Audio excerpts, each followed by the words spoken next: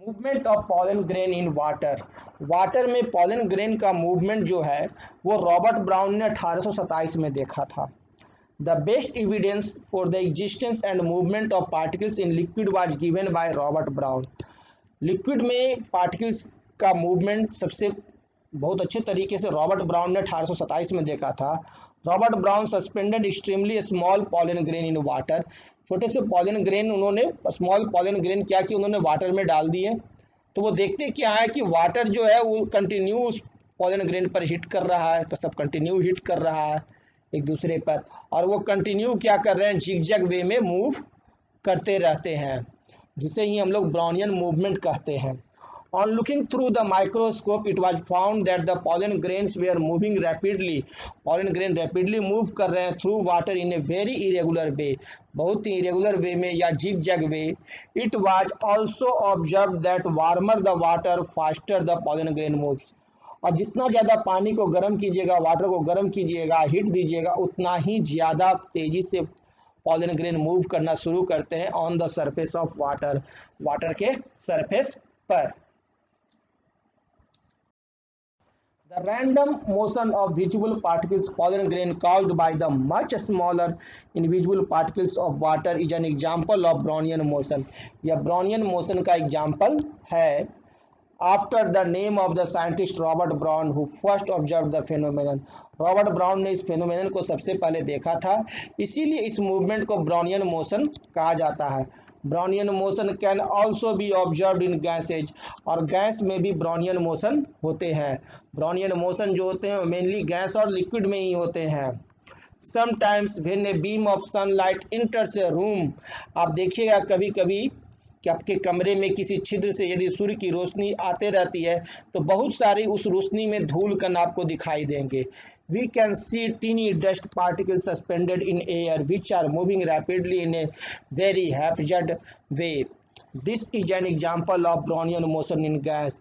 यह example है Brownian motion in gas का, because air is a gas. The teeny dust particles move here and there because they are constantly hit by fast moving particles of air. Tiny particles जो होते हैं air के वो continue move करते रहते हैं इधर और उधर।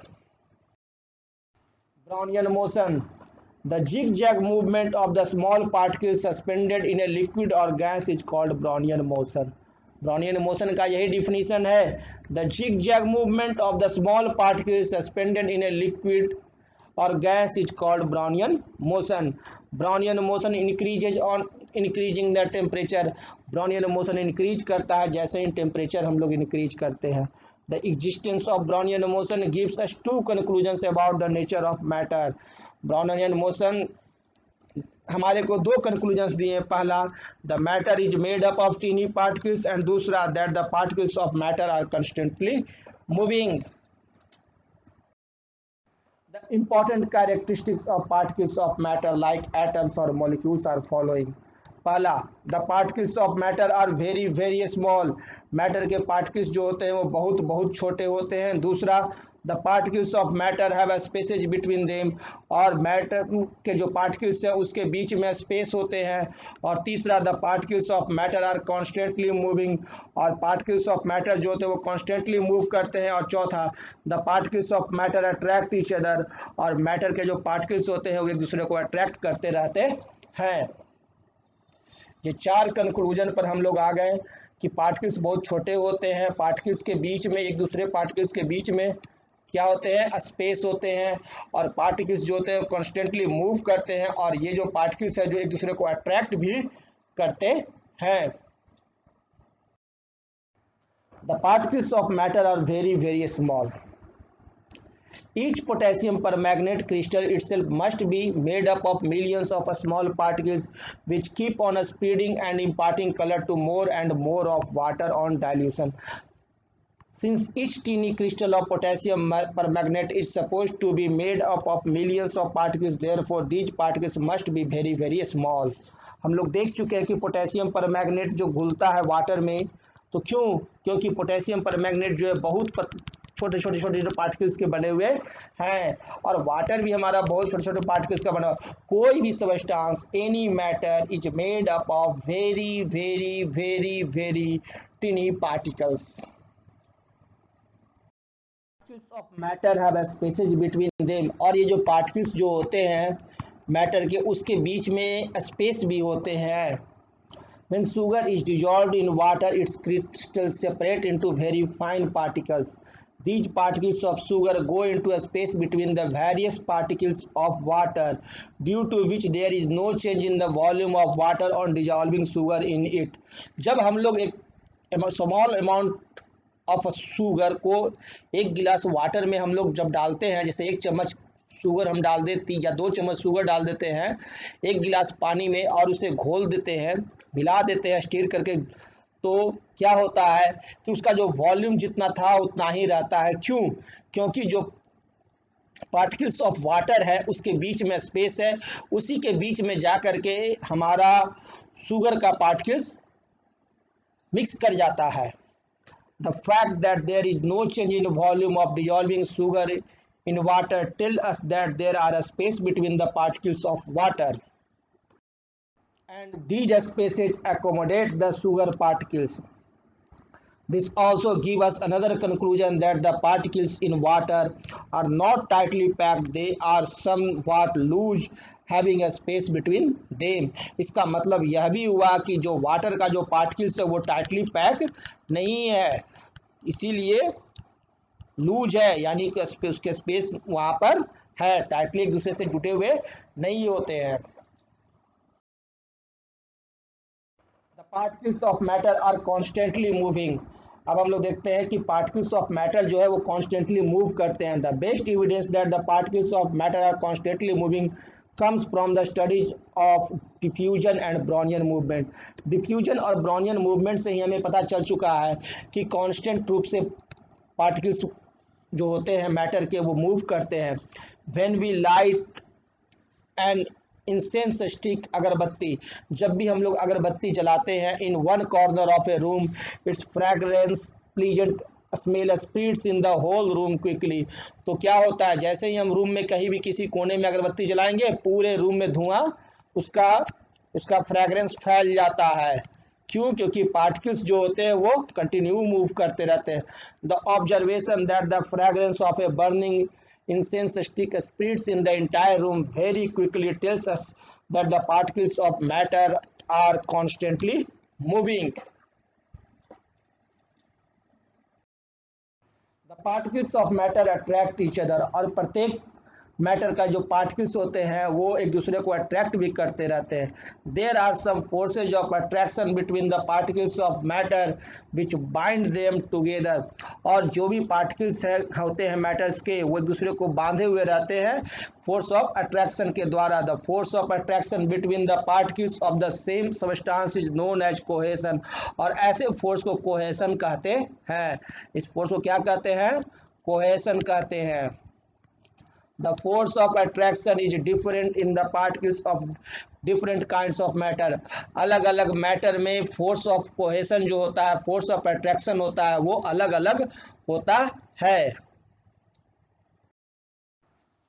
We can move our hand through air very easily because the force of attraction between the particles of air is very small. It is negligible. We can also move our hand through water in a bucket fairly easily because the force of attraction between the particles of water is also small. But we can't move our hand through a plank of wood because the force of attraction between the particles of wood is very strong, and if we try breaking a plank of wood without a blow of our hand will get hurt. It needs a karate expert to move his hand through a plank of wood and break it into two. In general, the force of attraction is maximum in the particles of solids matter and minimum in the particles of gaseous matters. Force of attraction जो होता है वो सबसे कम होता है gas में, उससे ज़्यादा होता है लिक्विड में, और उससे ज़्यादा होता है सॉलिड में। सॉलिड में फोर्स ऑफ अट्रैक्शन जो होता है पार्टिकल्स के बीच में बहुत ज़्यादा होता है। इसीलिए हम लोग किसी भी सॉलिड पार्टिकल्स को आसानी से एक पार से दूसरे पार नहीं जा सकते, लेकिन लिक्विड में अपना हाथ डालिए आसानी से आपका हाथ चलेगा, गैस में तो और आसानी से चलता है।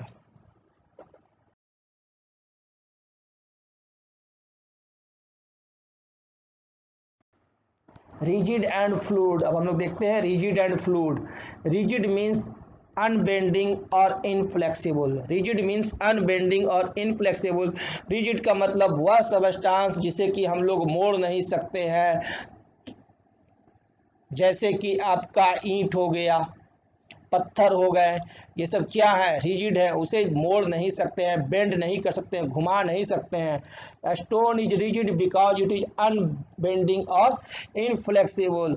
स्टोन क्या है, रिजिड है क्योंकि उसे हम लोग घुमा नहीं सकते हैं, उसके शेप को चेंज नहीं कर सकते हैं हाथों से।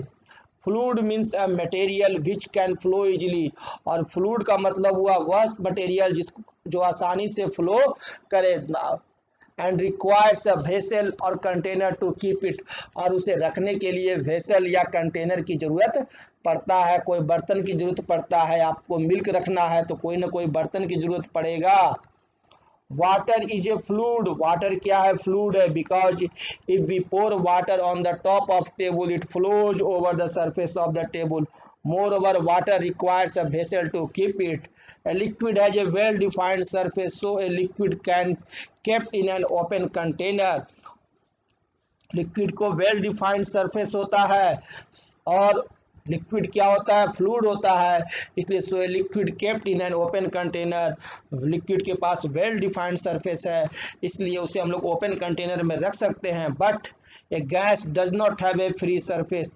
लेकिन गैस के पास कोई फ्री सरफेस नहीं होता है कि इतना ही क्षेत्र वो घेरेगा। So a gas has to be kept in a closed container.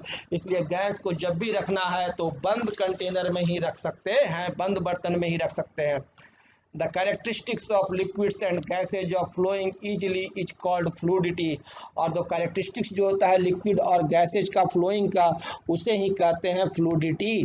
Fluidity किसे कहते हैं, the characteristics of liquids and gases of flowing. Flowing करने की जो कैरेक्टरिस्टिक्स है ईजिली, उसी को कहते हैं fluidity. Due to fluidity liquids and gases change their shape readily. Fluidity के चलते ही गैस और लिक्विड जो है अपने शेप्स को चेंज करते रहते हैं आसानी से।